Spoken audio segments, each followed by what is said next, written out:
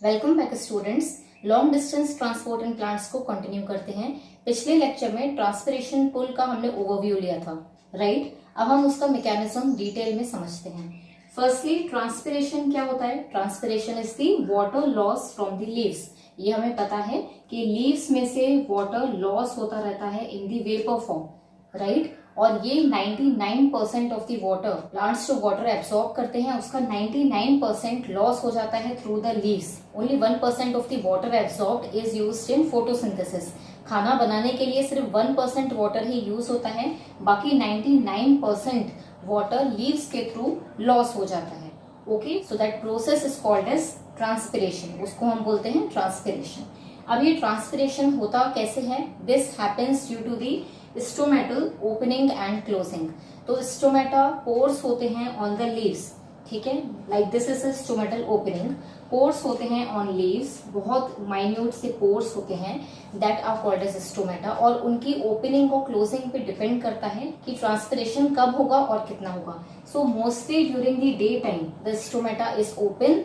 और ये ज्यादातर प्लांट्स में होता है कि स्टोमेटा जो है वो डे टाइम मतलब दिन में स्टोमेटा ओपन होते हैं तो ट्रांसपिरेशन ज्यादा होता है, एंड नाइट में स्टोमेटा क्लोज हो जाता है तो ट्रांसपिरेशन नहीं होता। Fine, so this happens in most plants. अब ये बात करते हैं कि स्टोमेटल ओपनिंग और क्लोजिंग किस बात पे डिपेंड करती है। सो स्टोमेटा ओपनिंग के आसपास, स्टोमेटल एपर्चर के आसपास होती है गार्ड सेल्स, ठीक है। So these are guard cells, kidney shaped guard cells होती हैं। और गार्ड सेल्स की टर्जिडिटी पे डिपेंड करता है, गार्ड सेल्स की टर्जिडिटी पे डिपेंड करता है कि हमारा स्टोमेटा खुलेगा या बंद होगा। अब ये टर्जिडिटी क्या है? तो पिछले लेक्चर में हमने फर्स्ट लेक्चर डिस्कस किया था ट्रांसपोर्ट इन प्लांट्स का, तो मैंने आपको टर्जिडिटी बताया था।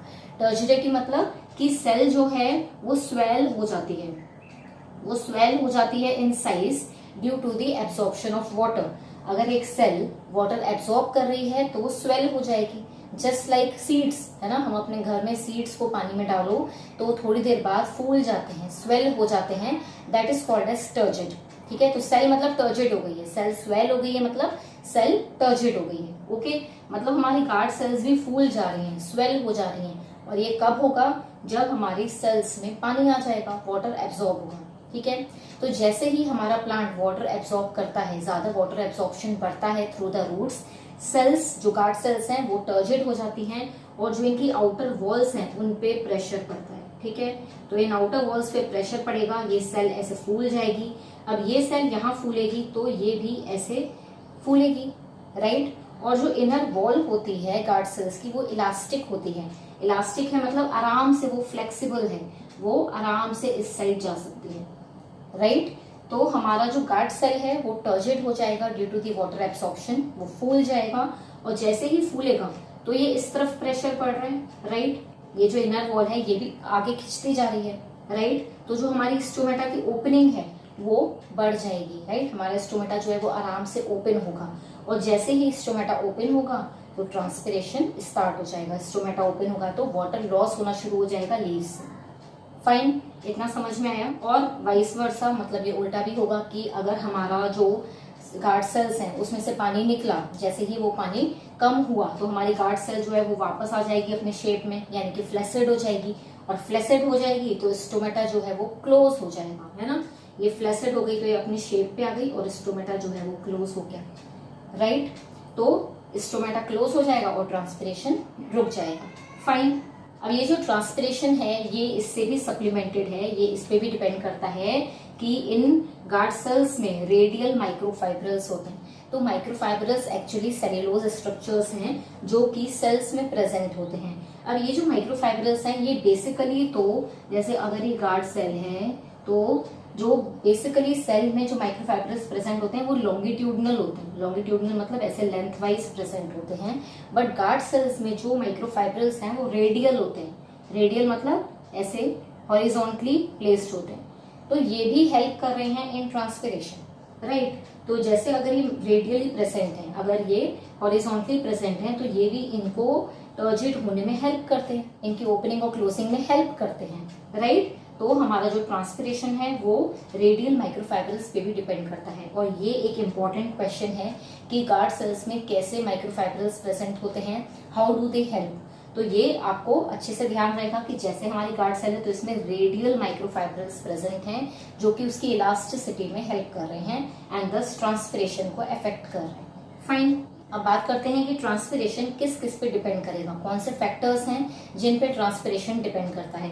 सो पहले एक्सटर्नल फैक्टर्स की बात करते हैं और फिर इंटरनल फैक्टर्स की। एक्सटर्नल फैक्टर्स मतलब एटमॉस्फेरिक फैक्टर्स है ना, एटमॉस्फेयर में कैसा है टेम्परेचर, प्रेशर, ह्यूमिडिटी, उस पर ट्रांसपिरेशन कैसे डिपेंड करेगा। एंड इंटरनल फैक्टर्स क्या होते हैं, प्लांट्स के फैक्टर्स। इंटरनल फैक्टर्स की भी हम बात करेंगे। Firstly external factors.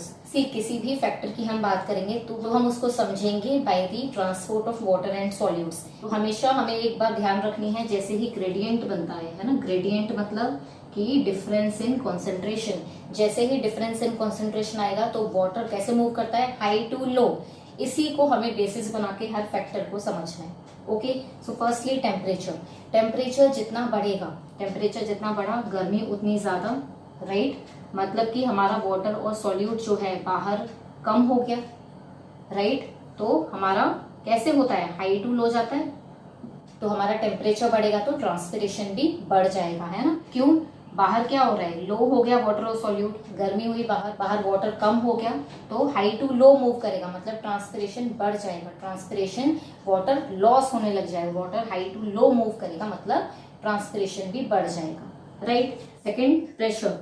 प्रेशर की अगर बात करें तो प्रेशर जितना कम होगा बाहर, ठीक है, प्रेशर जितना कम होगा एयर उतनी ही ज्यादा मूव करेगी। सी, प्रेशर बाहर लो है, एयर कैसे मूव करती है, हाई टू लो। तो अगर हमारा प्रेशर बाहर कम है तो ट्रांसपिरेशन बढ़ जाएगा, राइट। हमारा बल्क भी मूव करेगा फ्रॉम हाई टू लो। तो प्रेशर अगर कम होगा तो हमारा ट्रांसपिरेशन बढ़ जाएगा, राइट। ह्यूमिडिटी। ह्यूमिडिटी की अगर बात करें तो ह्यूमिड क्या होता है, मॉइस्चर। तो अगर बाहर की एयर में मॉइस्चर है, अगर रिलेटिव ह्यूमिडिटी जो है वो बाहर ज्यादा है, मतलब बाहर ज्यादा है अगर ह्यूमिडिटी, मॉइस्चर ज्यादा है, वाटर वेपर ऑलरेडी ज्यादा है, तो हमारा ट्रांसपिरेशन रेट क्या होगा, कम हो जाएगा, और ज्यादा वाटर वेपर तो नहीं बनेगा, राइट। तो ह्यूमिडिटी अगर बाहर ज्यादा है तो ट्रांसपिरेशन कम हो जाएगा। फाइन। विंड स्पीड, जितनी ज्यादा विंड स्पीड होगी उतना ही ज्यादा ट्रांसपिरेशन होगा, क्योंकि विंड स्पीड मतलब विंड मूव कर रही है, तो जितनी ज्यादा विंड मूव करेगी उतना ही वेपर्स को वो मूव ज्यादा कराएगी, राइट। मतलब कि ट्रांसपिरेशन रेट जो है वो बढ़ता जाएगा। फाइन। अब अगर इंटरनल फैक्टर्स की बात करें तो इंटरनल फैक्टर्स में एक तो डिपेंड करता है कि वाटर कितना एब्सॉर्ब किया है प्लांट ने, उस पर ही डिपेंड करेगा ट्रांसपिरेशन भी, राइट। अगर पानी कम एब्सॉर्ब हो रहा है प्लांट में तो ट्रांसपिरेशन भी कम हो जाएगा, राइट। तो प्लांट के वाटर एब्सॉर्प्शन पे भी डिपेंड करेगा ट्रांसपिरेशन का रेट। नेक्स्ट इज बहुत important factor, that is the number of stomata. तो number of stomata different types of plants में डिफरेंट होता है। सो पहले उसी बेसिस पे बात करते हैं टाइप्स ऑफ लीव्स की। तो फर्स्ट टाइप ऑफ लीफ है डॉर्सी वेंट्रल।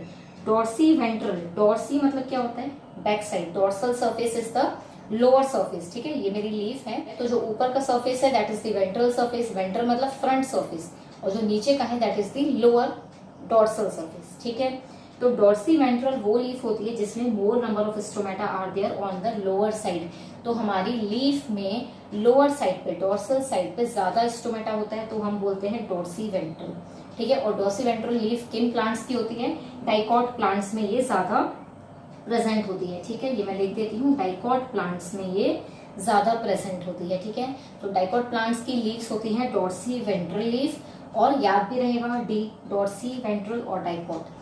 तो डॉर्सी वेंट्रल लीफ होती है कैरेक्टरिस्टिक डाइकॉट प्लांट्स की, इनमें ज्यादा स्टोमेटा होता है ऑन द लोअर सरफेस, ठीक है। तो इस बात पे भी डिपेंड करेगा, बिकॉज जितना स्टोमेटा ज्यादा होगा उतना ही ज्यादा ट्रांसपिरेशन होगा, राइट। दूसरी टाइप ऑफ लीफ होती है आइसोबाइलेटरल, जो कि ऑफ कोर्स मोनोकॉट्स की कैरेक्टरिस्टिक है। तो मोनोकॉट्स में हमारी आइसोबाइलेटरल लीफ होती है। कैसी होती है ये, आइसो मतलब सेम, बाइलेटरल मतलब बोथ साइड्स, मतलब स्टोमेटा जो है वो दोनों साइड्स पे, डॉर्सल और वेंट्रल और डॉर्सल दोनों पे सेम है, राइट। तो हमारे नंबर ऑफ स्टोमेटा पे भी डिपेंड करेगा कि हमारा ट्रांसपिरेशन कैसे हो रहा है और कितना हो रहा है। फाइन। अब ये समझते हैं कि वाटर की किन प्रॉपर्टीज की वजह से ट्रांसपिरेशन पुल जो है वो पॉसिबल है।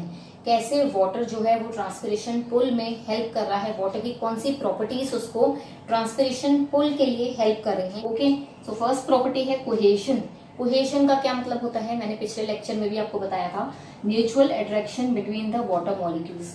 तो वाटर मॉलिक्यूल्स हैं, एक दूसरे को अट्रैक्ट करते हैं, ठीक है। तो ये म्यूचुअल अट्रैक्शन है बिटवीन द वाटर मॉलिक्यूल्स की वाटर वाटर को अट्रैक्ट करता है, ठीक है, that is called as cohesion. तो वाटर अट्रैक्ट करेगा, इसलिए जो अगर एक वाटर मॉलिक्यूल को मैं खींच रही हूँ, पुल कर रही हूँ, तो दूसरा वाटर मॉलिक्यूल भी पुल होता जाएगा, right. So that is the cohesion. Second is adhesion. Adhesion का मतलब होता है कि अटैचमेंट टू द वॉल्स। तो ये हमारी वॉल है और इस पे वाटर मॉलिक्यूल्स जो है वो एडेसिव, एडेसिव हमने सुना है ना, एडेसिव मतलब चिपके रहना, वाटर मॉलिक्यूल्स जो है वो एडियर रहेंगे, मतलब कि वॉल्स पे चिपके रहेंगे। तो that is another property, that is the adhesion. अब ये प्रॉपर्टी कैसे हेल्प करती है, जो हमारे वेसल्स हैं, specially the xylem vessels, tracheids, तो ये बहुत पतले पतले वेसल्स होते हैं और इनकी वॉल्स पे वाटर मॉलिक्यूल्स जो है वो चिपक जाते हैं, ठीक है, they get attracted towards the walls. तो अगर वो वॉल्स पे चिपके रहेंगे, अगर वो वॉल्स पे अटैच रहेंगे, तो ज्यादा इजी होगा उनका पुल होना, राइट। तो एक दूसरे को वो अट्रैक्ट भी कर रहे हैं, तो जैसे ही पुल आ रहा है तो वो अट्रैक्ट भी कर रहे हैं एक दूसरे को, प्लस वो वॉल से चिपके चिपके ऊपर जा रहे हैं, राइट। तो दैट इज दी कोहेशन के साथ हमारी एडिशन प्रॉपर्टी भी ऐड हो गई। Third property is surface tension.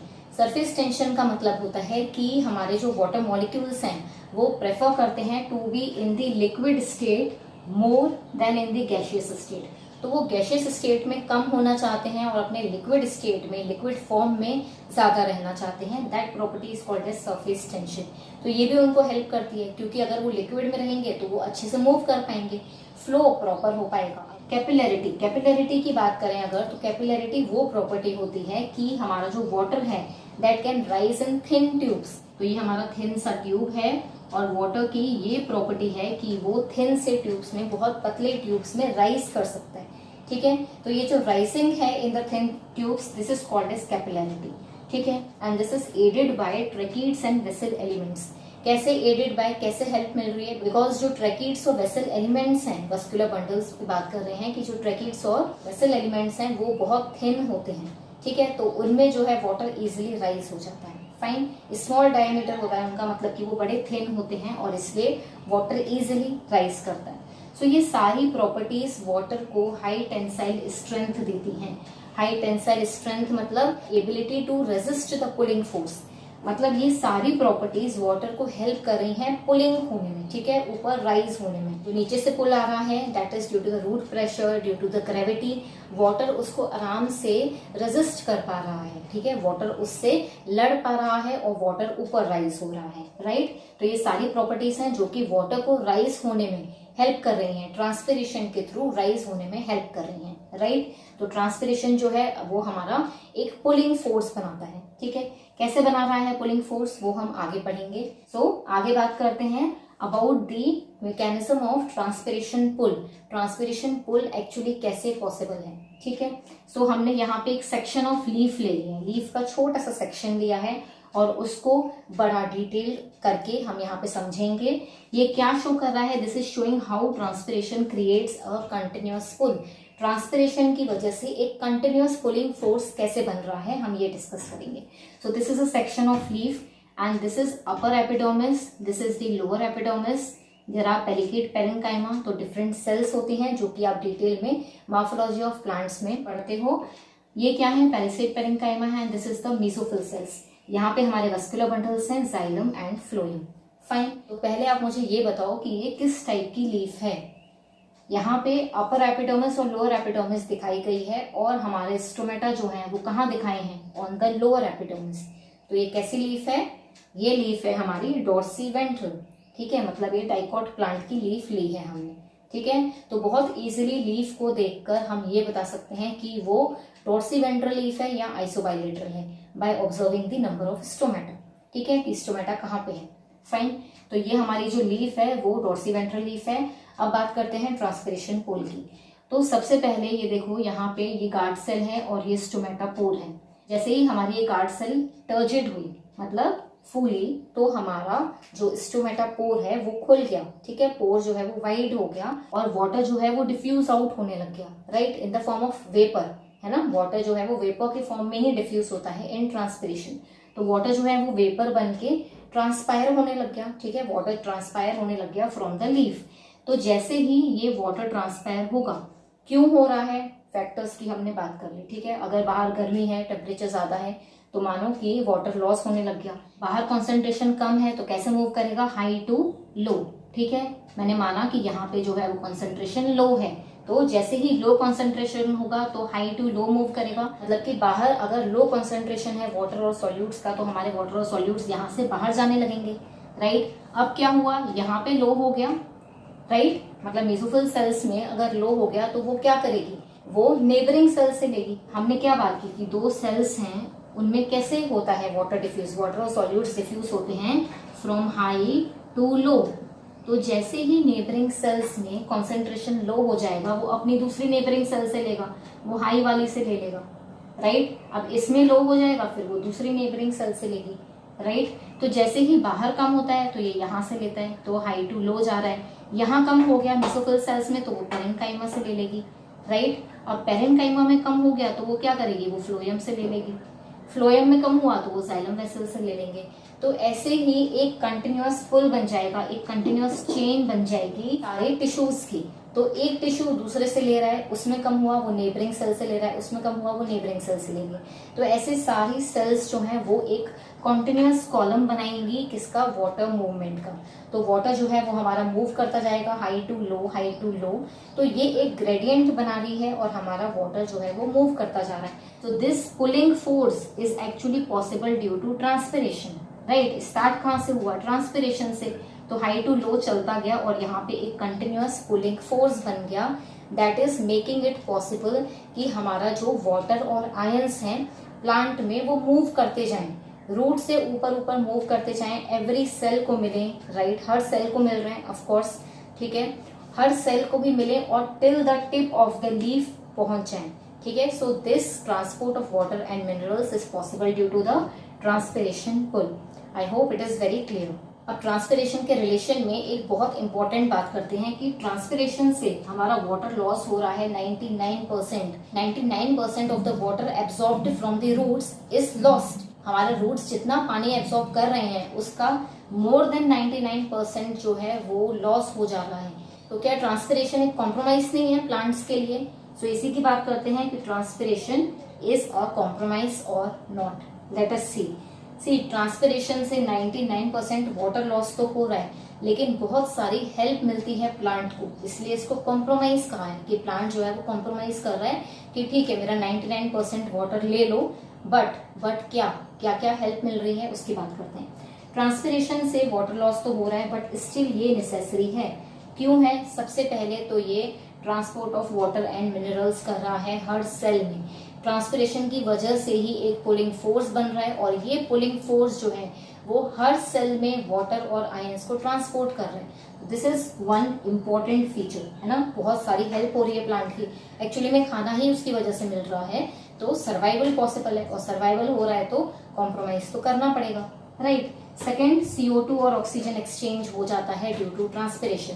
कैसे? जैसे ही हमारा ये स्टोमेटा ओपन होता है फॉर ट्रांसपिरेशन तो इजिली हमारी CO2 और ऑक्सीजन एक्सचेंज हो जाती है, हमारी ऑक्सीजन जो है वो रिलीज होने लग जाती है, कार्बन डाइऑक्साइड जो है वो आने लगती है। So this is basically helping in the plants respiration, right. तो हमारा जो ट्रांसपिरेशन है वो बेसिकली CO2 और ऑक्सीजन के एक्सचेंज में भी हेल्प कर रहा है। Third is cooling. कूलिंग में हेल्प करता है प्लांट की। कैसे? वाटर लॉस हो रहा है इन दी वेपर फॉर्म, तो जो उसकी गर्मी है वो बाहर निकल रही है, सो प्लांट की बॉडी एक्चुअली में कूल हो रही है, right. It also maintains the shape. Transpiration से शेप कैसे बन रहा है, शेप कैसे मेंटेन कर रहा है सेल्स का, वो देखते हैं। सो हमारा जो ट्रांसपिरेशन है वो किस पे डिपेंड कर रहा है? टर्जिडिटी ऑफ द सेल पे। और जितना जो सेल है वो स्वेल होगी और फ्लेसिड होगी, उसी पे डिपेंड करेगा प्लांट का shape, right? So this is how transpiration maintains the shape of the leaves also, right? Shape of the cells. Another factor is कि rain forest की life, और एक दूसरी चीज हम पढ़ेंगे C3 और C4 plants. So इनमें भी transpiration का एक बहुत important रोल है। फर्स्ट हम बात करते हैं रेन फॉरेस्ट की। तो रेन फॉरेस्ट जैसे कि नाम से ही पता चल रहा है वहां बहुत सारी रेन होती है, राइट। ट्रांसपिरेशन जितना हमारा वाटर वेपर के फॉर्म में निकलता जाता है उतना ज्यादा क्लाउड्स बनेंगे, राइट। तो प्रेसिपिटेशन बढ़ जाता है, राइट। प्रेसिपिटेशन बढ़ेगा तो ये वेपर फॉर्म में क्लाउड्स बन जाएंगे, फिर ये क्लाउड्स बन के फिर से नीचे गिरेंगे, रेन, राइट। ट्रांसपिरेशन होगा तो क्लाउड्स बनेंगे, क्लाउड्स बन के वो फिर से रेन फॉर्म में नीचे आते हैं। So this cycle is being maintained due to the transpiration. तो ट्रांसपिरेशन रेन फॉरेस्ट में जो ट्रीज एंड प्लांट्स हैं उनकी लाइफ साइकिल भी मेंटेन करता है। This rain cycle is possible in the rain forest due to transpiration. ठीक है, C3 और C4 प्लांट्स की बात करें तो C3 और C4 प्लांट्स जो होते हैं, यहाँ पे हम डिटेल में तो नहीं कवर कर रहे हैं, यहाँ सिर्फ हम एक पॉइंट की बात करेंगे कि जो C4 प्लांट्स होते हैं, जिन प्लांट्स को C4 प्लांट्स बोला जाता है, वो प्लांट्स ज्यादा इफेक्टिवली वाटर को यूज कर पाते हैं इन देयर बॉडीज। तो बेसिकली क्या होता है कि जो C3 प्लांट्स हैं, अगर हम एक फिक्स्ड अमाउंट दें CO2 का एक फिक्स्ड अमाउंट दें कि आप इसको फिक्स करो एंड मेक सम फूड, अगर C3 प्लांट्स को दें और जो C4 प्लांट्स को दें, तो C4 plants basically half of the amount use करके उतना ही खाना बना लेंगे। सो दे आर मोर इफेक्टिव। तो C4 प्लांट्स जो है वो कम CO2 यूज करते हैं, thus they minimize the water loss. तो वाटर लॉस भी उनमें कम हो जाता है and thus they become more efficient, वो ज्यादा एफिशिएंट है as compared to the C3 plants. ठीक है, the uptake and transport of mineral ions. तो आयंस कैसे ट्रांसफर होती हैं, आयंस का अपटेक कैसे होगा, प्लस वो कैसे ट्रांसपोर्ट होंगी up to the length of the plant. वो से कुछ एलिमेंट्स जो हैं वो डायरेक्टली एब्सॉर्ब हो जाते हैं प्लांट की बॉडी में। Some mineral ions, some elements are directly absorbed. कैसे? गैशियस एक्सचेंज के टाइम पे लीव्स में जब कार्बन डाइऑक्साइड को लिया जाता है, गैशियस एक्सचेंज होता है at a time of transpiration, right. तो गैशियस एक्सचेंज जब होगा, जब carbon dioxide is taken in, उस टाइम पे कार्बन एंड ऑक्सीजन दोनों एलिमेंट्स डायरेक्टली एब्सॉर्ब हो जाते हैं इन द लीव्स, राइट। उनको रूट से एब्सॉर्ब करने की जरूरत नहीं है, इसलिए उनको कह रहे हैं कि वो डायरेक्टली एब्सॉर्ब हो जाते हैं। फाइन, बट ज्यादातर आयंस जो हैं, ज्यादातर एलिमेंट्स जो हैं, they need to be absorb, they need to be uptaken from the roots, right. अब जो रूट से अपटेक होगा वो बाय पैसिवली भी होता है एंड बाय एक्टिव ट्रांसपोर्ट भी होता है। तो पैसिव ट्रांसपोर्ट कैसे होता है वो तो आपको पता है, राइट। पैसिव ट्रांसपोर्ट हम पहले डिस्कस कर चुके हैं। पैसिव ट्रांसपोर्ट होगा दैट इज डिफ्यूजन होगा, तो क्या होगा, अलोंग द कंसंट्रेशन ग्रेडियंट है तो हाई टू लो कंसंट्रेशन वो ट्रांसपोर्ट हो जाते हैं, राइट। पैसिव ट्रांसपोर्ट आपको समझ में आता है। बट कुछ आयंस ऐसे होते हैं जो कि पैसिवली एब्सॉर्ब नहीं होते। There are some mineral ions that can not be passively absorbed. ठीक है, सारे पैसिवली एब्सॉर्ब नहीं हो सकते, कुछ पैसिवली होते हैं, कुछ एक्टिवली होते हैं। तो जो पैसिवली एब्सॉर्ब नहीं होते हैं वो क्यों नहीं होते, पहले हम ये डिस्कस करते हैं। फर्स्टली, कुछ आयंस ऐसे हैं जो कि चार्ज्ड होते हैं, राइट। जैसे कि पोटेशियम हो गया, सोडियम हो गया, right. There are some ions that are charged और वो मेम्ब्रेन को क्रॉस नहीं कर सकते, right. Secondly, there are some ions that need to be moved against the concentration gradient. हमने फर्स्ट लेक्चर में क्या पढ़ा था, अगेंस्ट द कॉन्सेंट्रेशन ग्रेडियंट का मतलब क्या होता है कि हमें लो टू हाई मूव करवाना है। किसी के पास कोई चीज कम है उससे लेनी है, मतलब low to high concentration move कराना है। So this is called as against the concentration gradient, right. तो आपको फर्स्ट लेक्चर से याद आएगा कि अगेंस्ट द कॉन्सेंट्रेशन ग्रेडियंट कैसे मूवमेंट होती है, बाय एक्टिव ट्रांसपोर्ट, राइट। तो एक्टिव ट्रांसपोर्ट जो है वो आयंस का दो केसेस में हो सकता है, या तो वो चार्ज है, ठीक है, इसलिए वो मूव नहीं कर रहे हैं, एंड सेकेंडली उनको अगेंस्ट द कॉन्सेंट्रेशन ग्रेडियंट हमें मूव करवाना है। फाइन, और ये आयंस चाहे पैसिवली एब्सॉर्ब हो या एक्टिवली एब्सॉर्ब हो फ्रॉम सॉइल से जब रूट्स में अपटेक हो जाता है आयंस का, तो वो एक वाटर पोटेंशियल ग्रेडियंट क्रिएट करती हैं। ठीक है, इसलिए ही मैंने आपको समझाया था प्रीवियस लेक्चर में कि water follows the ions. Ions पहले एब्सॉर्ब होती हैं, वो ग्रेडियंट क्रिएट करती हैं और फिर हमारा वाटर उसको फॉलो करता है, फिर हमारे वाटर का मूवमेंट होता है। ठीक है, तो ये क्यों हो रहा है, लेट अस सी। मानो कि ये हमारी रूट हेयर है, ठीक है, this is a root hair and this is the epidermal cell. ठीक है, ये हमारी एपिडर्मल सेल्स हैं। एपिडर्मल सेल्स में जो मेम्ब्रेन है, जो उस मेम्ब्रेन को क्रॉस कर रहे हैं सेल, मानो कि यहाँ पे हमारे पोटेशियम आयंस थे, ठीक है, और पोटेशियम आयन सॉइल से हमारे मेम्ब्रेन को क्रॉस कर गए हैं and now there is more concentration of ions in the roots. ठीक है, तो सॉइल में पहले कॉन्सेंट्रेशन था ज्यादा तो वो हाई टू लो मूव करे, ठीक है, एंड नाउ सेल में ज्यादा कॉन्सेंट्रेशन हो गया आयंस का, राइट, क्योंकि यहां से यहां आ गई। ठीक है, तो हमने फर्स्ट लेक्चर में ही एक बात पढ़ी थी कि जैसे ही सॉल्यूट का कॉन्सेंट्रेशन ज्यादा होता है तो पानी का कॉन्सेंट्रेशन कम हो जाता है। याद आया, solute potential and water potential के कॉन्सेप्ट में पढ़ा था हमने कि हमारा जब भी सेल के अंदर सॉल्यूट का कॉन्सेंट्रेशन बढ़ेगा तो मतलब कि वाटर का कॉन्सेंट्रेशन कम हो रहा है, राइट। ऐसा ही होता है कि वाटर में जितना आप सॉल्यूट डालते जाओगे उतना उसका पोटेंशियल कम हो जाएगा, राइट। तो यहाँ पे हमारा आयंस का कॉन्सेंट्रेशन बढ़ गया तो वाटर का कॉन्सेंट्रेशन कम हो गया, तो इसलिए ही ये क्या करेगा, वाटर पोटेंशियल ग्रेडियंट बना देगा, जिससे कि वाटर भी मूव करेगा, राइट। यहाँ पे वाटर का कॉन्सेंट्रेशन कम हो गया, यहाँ वाटर का पोटेंशियल लो हो गया, तो सॉइल में हाई हो गया, राइट। हम कंपेरेटिवली ही बात करते हैं, तो यहाँ हाई हो गया, यहाँ लो हो गया, और वाटर क्या करेगा, हाई टू लो मूव करेगा, राइट। इसलिए हमारा water follows the ions. Okay, so हमारा आयंस का मूवमेंट जो है वो पैसिवली भी हो सकता है और एक्टिवली भी। एक्टिवली किस केस में होगा, मैंने आपको बता दिया। और वाटर का मूवमेंट कैसे होता है, बाय ऑस्मोसिस, राइट। तो ये हम पहले डिस्कस कर चुके हैं कि water moves bye osmosis. Fine, हमारे आयंस जो है वो एपिडर्मल सेल्स को क्रॉस कर चुके हैं, राइट। सेकेंडली क्या होता है, जब वो एंडोडर्मिस पे पहुंचते हैं, एंडोडर्मिस पे आपको याद होगा कि हमने वाटर के अपटेक की भी बात की थी, राइट। एंडोडर्मिस पे क्या है, सुबेरिन की बनी हुई कैस्पेरियन स्ट्रिप है, राइट। सो हमारी ये जो कैस्पेरियन स्ट्रिप है ये वाटर को तो अलाउ नहीं करती, राइट, इसलिए वो सिम्प्लास्टिक मूवमेंट फॉलो करता है, राइट। यहाँ पे क्या होगा कि जो हमारी मेम्ब्रेन है इसके पास कुछ प्रोटीन्स होते हैं, देयर आर सम प्रोटीन्स जिनको हम कैरियर प्रोटीन्स बोलते हैं, these are carrier proteins. Carrier proteins आपको याद होगा, कैरियर प्रोटीन्स वो होते हैं जो कि शेप चेंज करते हैं to move the ions inside, ठीक है। तो हमारी एंडोडर्मिस में कुछ ऐसे कैरियर प्रोटीन्स होते हैं जो कि एक्ट करते हैं like control points, check points और कंट्रोल पॉइंट्स की तरह एक्ट करते हैं। They allow some ions and they restrict other ions. तो ये किस बात पे डिपेंड करता है, ये एक्चुअली डिपेंड करता है कि हमारी सेल में किन आयंस की नीड है, इसलिए ही उनको कंट्रोल पॉइंट्स बोला जाता है, because they are controlling the quality and the quantity of solutes that reach the xylem. तो जाइलम तक पहुंचने से पहले हमारी जो एंडोडर्मिस है वो एज कंट्रोल पॉइंट एक्ट करेगी। वो देखती है कि प्लांट में किस आयन की रिक्वायरमेंट कितनी है और कौन सी अच्छी आयन है मैं उसको भेजूं, ठीक है। तो हमारे जो कैरियर प्रोटीन्स हैं in the membrane of endodermis वो क्या करते हैं, वो एक्टिवली ट्रांसपोर्ट करते हैं कुछ आयंस को।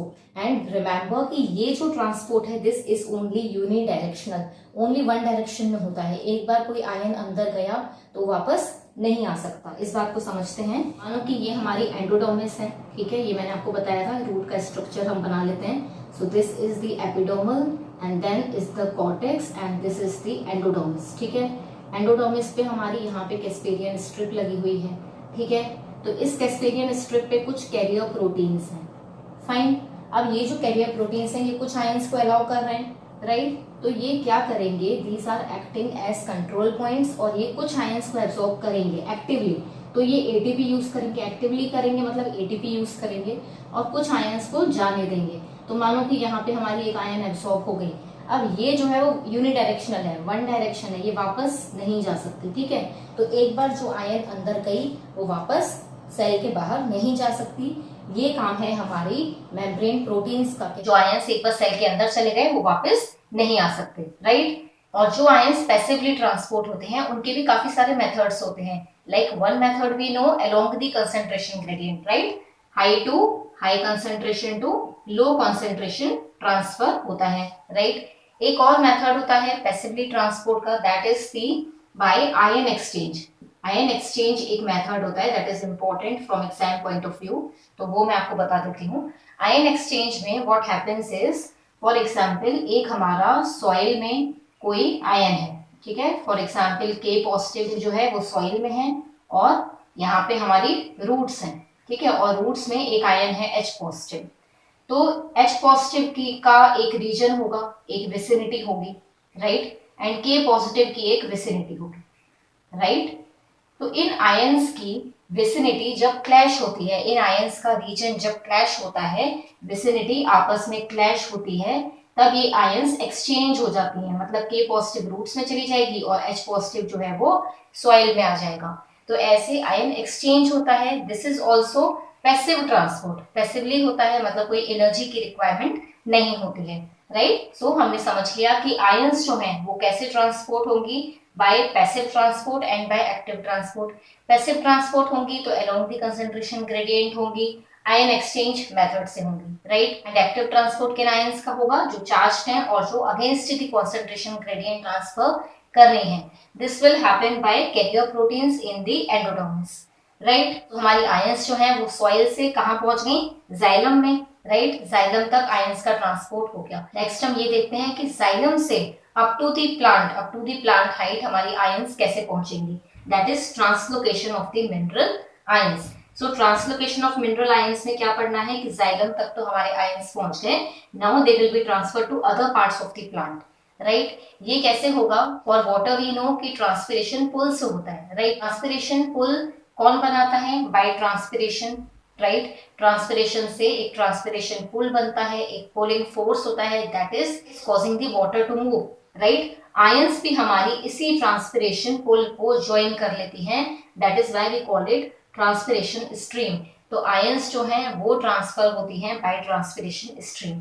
ट्रांसपिरेशन स्ट्रीम क्यों कह रहे हैं? Because ions are joining the transpiration pull, तो ट्रांसपिरेशन स्ट्रीम को ज्वाइन कर रही हैं, right, and they are transferred from xylem to other parts of the plant. और जब ये आयंस ट्रांसपिरेशन स्ट्रीम को ज्वाइन करती हैं उस टाइम पे there are some parts of the plant जो कि सिंक की तरह एक्ट करती हैं। सिंक क्या होता है? सिंक मीन्स जहां पे कि वो आयन की रिक्वायरमेंट है, जहां पे वो आयन नीडेड है वहां पे वो आयन पहुंचेगी, राइट। तो सिंक क्या है? जहां पे वो आयन नीडेड है। सोर्स क्या होता है? सोर्स मतलब जहां से वो आयन आ रही है। फॉर एग्जाम्पल फूड हमारा कहाँ बनता है? लीफ में, तो लीफ इज द सोर्स, जहाँ पे वो चीज अवेलेबल है दैट इज द सोर्स, और जिसको वो चीज की रिक्वायरमेंट है that is called as the sink, ठीक है। तो सिंक हमारे वो पार्ट्स ऑफ द प्लांट है जहाँ पे उन आयंस की रिक्वायरमेंट है, ठीक है। जिन पार्ट्स को वो आयंस नीडेड हैं उनको हम बोलेंगे सिंक, ठीक है। तो चीफ सिंक्स होते हैं, कुछ मेजर सिंक्स होते हैं प्लांट में, like developing flowers, right. Developing flowers और सीड्स, जो फ्लावर्स डेवलप हो रहे हैं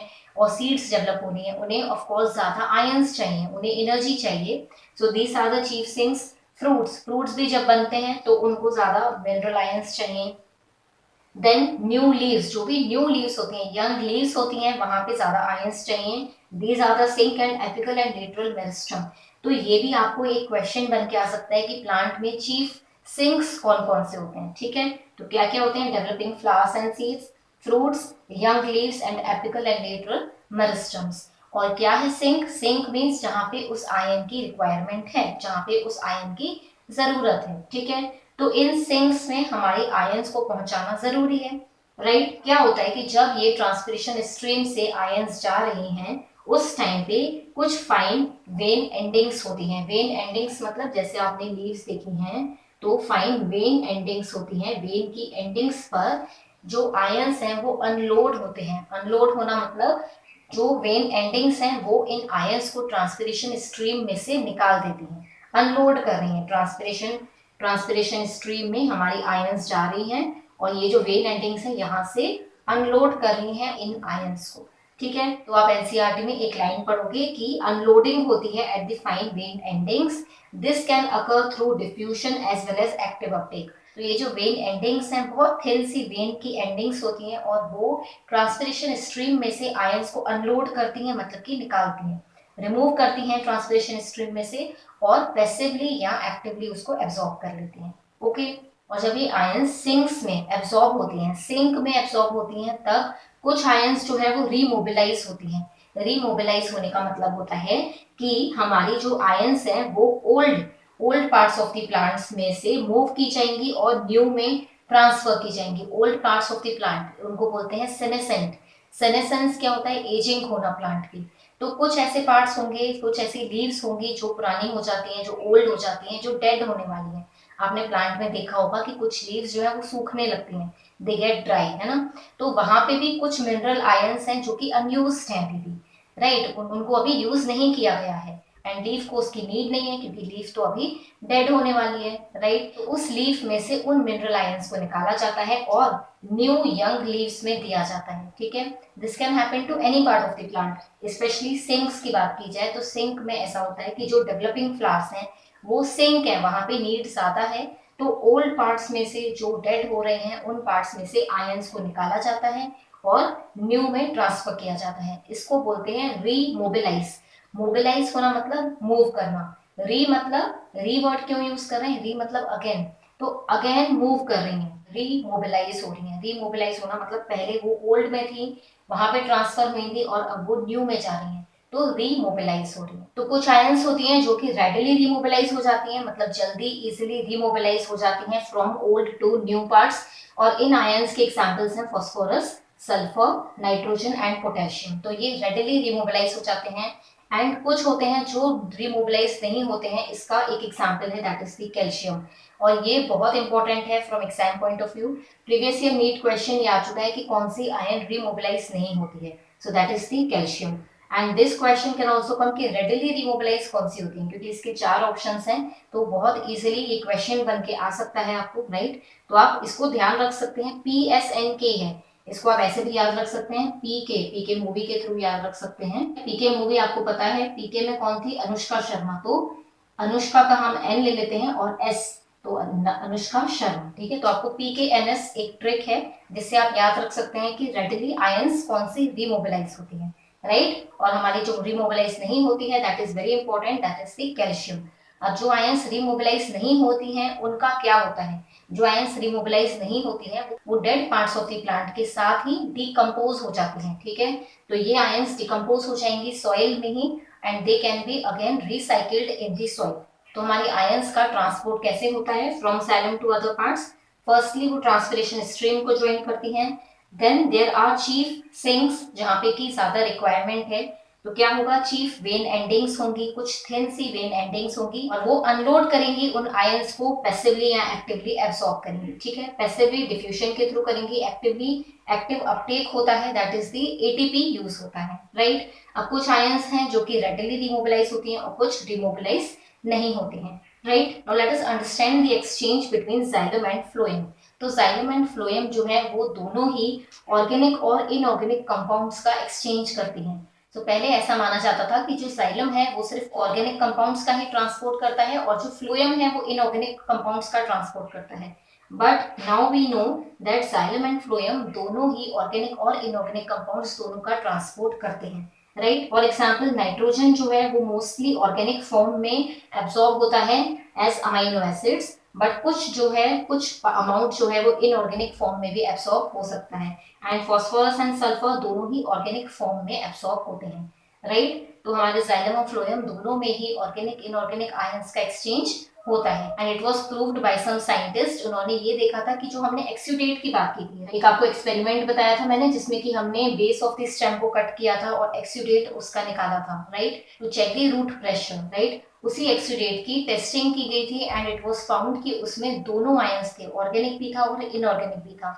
मतलब वहां पे प्रूव हो रहा था कि जो जाइलम है वहां पे ऑर्गेनिक आयंस भी होते हैं और इनऑर्गेनिक आयंस का भी ट्रांसपोर्ट होता है, right. Now let us understand more about the source and sink relationship. Phloem के ट्रांसपोर्ट में सोर्स और सिंक का क्या रिलेशन है, plus about the mass flow hypothesis, mass और pressure flow hypothesis, that is the last topic of this chapter. Now let us understand more about source and sink. So source और sink के बीच के relation को और ज्यादा समझते हैं। एक बेसिक बात आपको समझ में आती है कि सोर्स किसको कहते हैं, जहां पे चीज बन रही है, जहां पे कोई चीज बन रही है जो दूसरों को दे सकता है, वो सोर्स है। एंड सिंक मीन्स, सिंक होता है जहां पे नीडेड है, जहां पे उस चीज की रिक्वायरमेंट है, जिसको वो चीज चाहिए है, राइट। तो सोर्स से सिंक में जाएगा, राइट। जैसे कि अगर हम एग्जाम्पल लें फूड का, तो फूड प्लांट में कहाँ बनता है, इन द लीफ, राइट। तो लीव्स जो है वो सोर्स है, ओके। एंड सिंक क्या होगा, सिंक वो सारे डेवलपिंग पार्ट्स जैसे कि न्यू लीव्स हो गई, फ्रूट्स हो गए, सीड्स हो गई, plus storage organs. Storage organs means जहां पे फूड स्टोर होता है। सो वी नो कि डे टाइम में ही फोटोसिंथेसिस होता है, right, but plant needs food all the time, right. कुछ पार्ट्स होंगे प्लांट के जिनको रात में भी खाना चाहिए, राइट। तो हमारा फूड जो है वो स्टोर होता है। So storage organs are the sink, right. Storage organs भी सिंक हुए जिनको की रिक्वायरमेंट है फूड की, फाइन। तो सोर्स क्या है, यहाँ पे लीफ है, और सिंक हमारे all developing parts plus the storage part, fine. तो हमारा फूड कैसे ट्रेवल करेगा, from source to sink, right, from leaf to all the developing parts, right. अब इसमें एक बात समझ में आ रही है कि लीफ में खाना बन रहा है, लीफ से खाना मिल रहा है दूसरे डेवलपिंग पार्ट्स को, तो direction of flow, direction of flow मतलब कि direction of flow of food, food का डायरेक्शन ऑफ फ्लो क्या है यहाँ पे, डाउनवर्ड्स, राइट। लीफ ऊपर है, लीफ से खाना जा रहा है टिल द रूट, तो डायरेक्शन ऑफ फ्लो क्या है, डाउनवर्ड्स है, राइट। अब ये जो सोर्स एंड सिंक हैं ये हमेशा सेम नहीं रहते, मतलब ऐसा नहीं है कि हमेशा डायरेक्शन ऑफ फ्लो डाउनवर्ड ही रहेगा। For example in the different seasons, spring season का एग्जाम्पल लेते हैं। स्प्रिंग सीजन जिस समय न्यू फ्लावर्स ग्लो करते हैं, बर्ड्स बनेंगी, बर्ड्स ग्रो करेंगी, उनको एनर्जी चाहिए, right. So here birds become the sink, right. Birds को एनर्जी चाहिए, बर्ड्स को फूड चाहिए टू ग्रो, तो वो सिंक बन गई, राइट। तो यहाँ पे जो खाना यहाँ पे रूट्स में आ चुका था, यहाँ पे सिंक था रूट्स, राइट। जो खाना यहाँ पे आ चुका था मतलब यहाँ पे जो सिंक था, अब हमारा वही सोर्स है, ठीक है।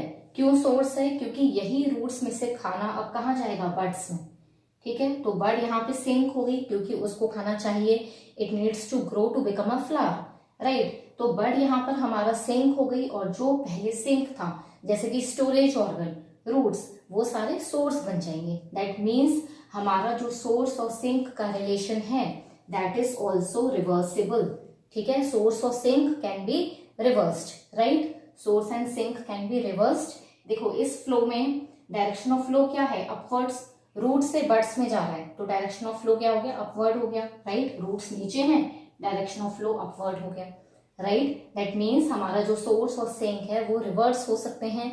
Source can be sink, sink can be source, right. Leave से खाना गया रूट्स में, रूट से खाना जा रहा है बर्ड्स में, राइट। तो मतलब सोर्स और सिंक जो है वो रिवर्स हो सकते हैं। So we understood about the source and sink relationship, that source and sink can be reversed, right. Direction of movement of food in phloem is bidirectional. Phloem में direction of movement of food कैसा है? Bye directional है, मतलब downward भी है और upward भी है, right. But in the xylem, xylem में direction of flow of water is always unidirectional. Xylem क्या करता है? वाटर का ट्रांसपोर्ट करता है, और वाटर का ट्रांसपोर्ट कैसे हो रहा था? By transpiration pull.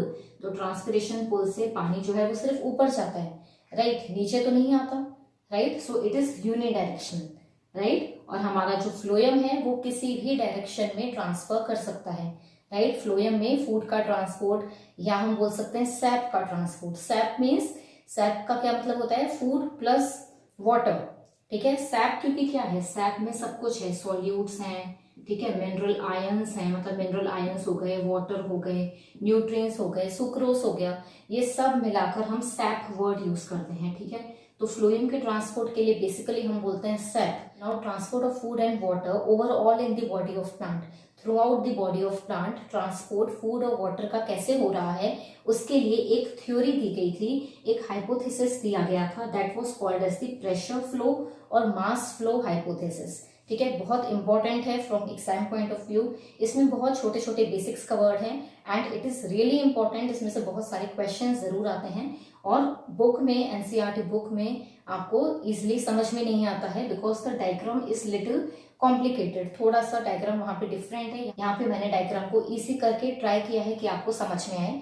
So let us understand the pressure flow और mass flow hypothesis. So this hypothesis was given by scientist Munch in the year 1930, ठीक है। तो ये आप नोट डाउन कर लो, मंच, मंच जो चॉकलेट का नेम है, मंच इन द ईयर 1930 उन्होंने ये थ्योरी दी थी, ये हाइपोथेसिस दिया था। And this hypothesis is basically to understand the transport of sap. Sap मैंने आपको बताया, transport of sap between xylem and phloem. तो जाइलम हमें पता है कि वाटर का ट्रांसपोर्ट करता है, right, and phloem transports the food, right. तो ये दोनों ही वस्कुलर टिश्यूज हैं, right, and vascular tissues help in the translocation of food and water, right. तो हमारा ट्रांसलोकेशन कैसे होता है बेसिकली उसके लिए एक थ्योरी दी थी, एक हाइपोथेसिस दिया था, that we will understand now. So ये थ्योरी समझने के लिए पहले हम इसके डायग्राम को समझ लेते हैं, स्ट्रक्चर समझ लेते हैं कि बोला क्या जा रहा है, राइट। तो देखो ये है हमारा जाइलम, ठीक है, ये हमारे जाइलम के ट्यूब्स हैं and these are the phloem tube, okay. तो इन ट्यूब्स को बेसिकली बोलते हैं sieve tube and these are the phloem tubes of leaves. Leaves के फ्लोएम ट्यूब्स हैं and this connecting is the sieve tube of roots, ठीक है।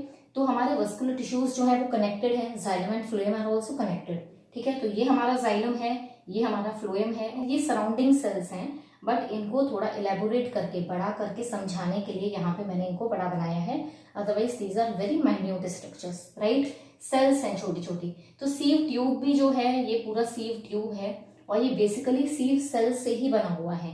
Different sieve cells are connected by a sieve plate. एक sieve plate होती है, sieve plate से connected हैं different sieve cells और वो मिलकर सीव ट्यूब बनाते हैं। तो ये एक सीव सेल हो गई, ये एक सीव सेल हो गई, okay, and these are connected by sieve plate to form a sieve tube. ये ट्यूब लाइक स्ट्रक्चर बनाते हैं, राइट। और ये हमारे जाइलम वेसल्स हैं। जाइलम वेसल्स में क्या ट्रांसपोर्ट होता है? Water, right. Xylem helps in the transport of water. ये ब्लू ड्रॉप्स जो हैं वो मैंने वाटर को इंडिकेट किया है, ठीक है। These blue drops show the water droplets, fine. तो ये वाटर का एक्चुअली में मूवमेंट हो रहा है, right, okay. Now what happens is, यहाँ पे हम सोर्स और सिंक को लेकर समझेंगे। सो सोर्स हियर, अगर हम फूड का एग्जांपल लें तो सोर्स हमारा क्या है? Leaf, right. तो ये हमने एक लीफ की सेल ले ली, that is the source, right. अब क्या होता है बेसिकली, जो लीफ सेल है वहां से फूड, सबसे पहले यहाँ फूड जो है वो क्या बन रहा है? Glucose, right. ग्लूकोज बनता है और सुक्रोज में कन्वर्ट होता है, ओके। सुक्रोज में क्यों कन्वर्ट हो रहा है? बिकॉज प्लांट जो है वो सुक्रोज फॉर्म में ही एब्सॉर्ब करता है उसको, तो ये सुक्रोज में कन्वर्ट होता है। नाउ ये जो सुक्रोज है ये हमारा कैसे ट्रांसफर होगा? ये ट्रांसफर होता है into the companion cell. Companion cells are the cells surrounding the sieve tube. Sieve tube के आसपास कंपेनियन सेल्स होती हैं। इस black drop shows the nucleus. ये बताना चाह रहे हैं कि जो कंपेनियन सेल है that is the living cell, ठीक है। और हमारी जो और कंपेनियन सेल जो है वो सीव ट्यूब्स को सराउंड करती हुई होती है, मतलब कि सीव ट्यूब को कवर करती हुई होती है, ठीक है, उसके पास है और ट्रांसपोर्ट ऑफ फूड में हेल्प करेगी, okay. So what happens is, यहाँ पे खाना बना, ठीक है। ये जो रेड ड्रॉप्स हैं ये रिप्रेजेंट कर रहे हैं सुक्रोज को, ठीक है। तो सुक्रोज मॉलिक्यूल्स को रिप्रेजेंट कर रहे हैं। तो सबसे पहले हमारा लीफ से, सोर्स से जो सुक्रोज है वो कहाँ जाता है? कंपेनियन सेल में, राइट। कंपेनियन सेल में जो सुक्रोज जाता है इसको बोलते हैं फ्लोएम लोडिंग। फ्लोएम की लोडिंग होना। फ्लोएम किसके ट्रांसपोर्ट में हेल्प करता है? सैप के, फूड के, राइट। तो हमारा जो फूड है वो लोड हो रहा है इनटू अ सेल, वो सोर्स से लोड किया जा रहा है। लोड करना किसको कहते हैं? सामान ले जाने को, है ना। तो लोड किया जाता है, just like in a truck, vehicle में हम सामान को लोड करके लेके जाते हैं। तो कंपेनियन सेल एक्चुअली वहां पे लोड कर रही है, किसके लिए? फ्लोएम के लिए, राइट। तो फूड हमारा लोड हो रहा है इसलिए हम बोलते हैं phloem loading, okay. This occurs using the ATP. तो एटीपी का यूज होता है टू लोड द सुक्रोज। तो मतलब हमारा जो सुक्रोज है वो यहाँ पे आ गया, राइट। सुक्रोज यहाँ पे आ गया, राइट, कंपेनियन सेल में लोड हो गया। अब ये जो सुक्रोज यहाँ पे लोड हो रहा है, एटीपी यूज कर रहा है, और ये जो कंपेनियन सेल है ये लिविंग सेल है। दैट मीन्स हमारी जो फ्लोएम लोडिंग होती है that is via symplastic pathway, right. Symplast movement हो रही है, क्यों? क्योंकि ये लिविंग सेल है, लिविंग सेल को क्रॉस कर रहे हैं मतलब सिम्प्लास्टिक मूवमेंट होगा, राइट। मेम्ब्रेन को क्रॉस करना पड़ रहा है। एपोप्लास्टिक क्या था? जहां मेम्ब्रेन को क्रॉस नहीं करना पड़ता, डेड सेल्स में से निकलता है। ये लिविंग सेल में से निकल रहा है मतलब सिम्प्लास्टिक मूवमेंट है, राइट। तो एक एक बेसिक पे इसके क्वेश्चन आ सकता है बनके कि फ्लोएम लोडिंग एटीपी यूज करता है कि नहीं। फ्लोएम लोडिंग जो है उसको क्या बोलते हैं? Where it happens in the companion cell, right. यहाँ पे सोर्स क्या है आपको वो पूछा जा सकता है। ग्लूकोज कन्वर्ट होता है या ग्लूकोज के फॉर्म में जाता है ये पूछा जा सकता है। So there are many questions that can be formed from the mass flow theory, okay. तो आपको इसको बहुत डिटेल में अच्छे से समझना है, ओके। सो हमारा क्या हुआ? अभी फ्लोएम लोडिंग हो गई, हमारा सोल्यूट जो है दैट इज द सुक्रोज वो कंपेनियन सेल में ट्रांसफर हो गया वाया सिम्प्लास्टिक पाथवे, ओके। अब क्या हुआ देखो, यहाँ पे जो है कंपेनियन सेल जो है वो सराउंड किसको कर रही है? सीव ट्यूब को, राइट। और यहाँ पे कोई सोल्यूट नहीं है, राइट। मतलब यहाँ पे जो है हम बोलें तो हाई कॉन्सेंट्रेशन है और यहाँ पे सीव ट्यूब में लो कॉन्सेंट्रेशन है, राइट। तो हमारा सोल्यूट क्या करेगा? डिफ्यूज होगा, डिफ्यूजन होगा from high concentration to low concentration, because gradient बन गई, राइट। जैसे ही डिफरेंस इन कॉन्सेंट्रेशन आता है, जैसे ही ग्रेडियंट बनती है तो हमारा डिफ्यूजन होना स्टार्ट हो जाता है, राइट। तो ये डिफ्यूज होकर यहाँ पर आ गई, करेक्ट। हमारा सोल्यूट यहाँ पे आ गया। नाउ व्हाट हैपेंस इज, जैसे ही सोल्यूट यहाँ पे आएगा तो उस पर्टिकुलर सेल में क्या वाटर पोटेंशियल कम हो जाएगा, राइट। वाटर पोटेंशियल वाला बेसिक आपको मैंने समझाया था कि जैसे ही किसी सिस्टम में सोल्यूट इंक्रीज होगा, सोल्यूट मॉलिक्यूल्स बढ़ेंगे तो उसका वाटर पोटेंशियल कम हो जाएगा, वाटर का कॉन्सेंट्रेशन वहां कम हो गया, वाटर पोटेंशियल ग्रेडियंट बन गई, राइट। सराउंडिंग जाइलम सेल्स है वहां पे, ठीक है। सराउंडिंग जाइलम सेल्स में क्या है, वाटर है, राइट। मतलब कि यहाँ पे हाई कॉन्सेंट्रेशन है वाटर का, यहाँ वाटर ग्रेडियंट बन चुकी है, लो कॉन्सेंट्रेशन हो गया है वाटर का due to the solute, right. क्या होगा, हाई टू लो जाएगा, राइट। तो water starts moving from high concentration to low concentration, from high water potential to low water potential by osmosis. Osmosis क्या होता है, movement of solvent from high to low.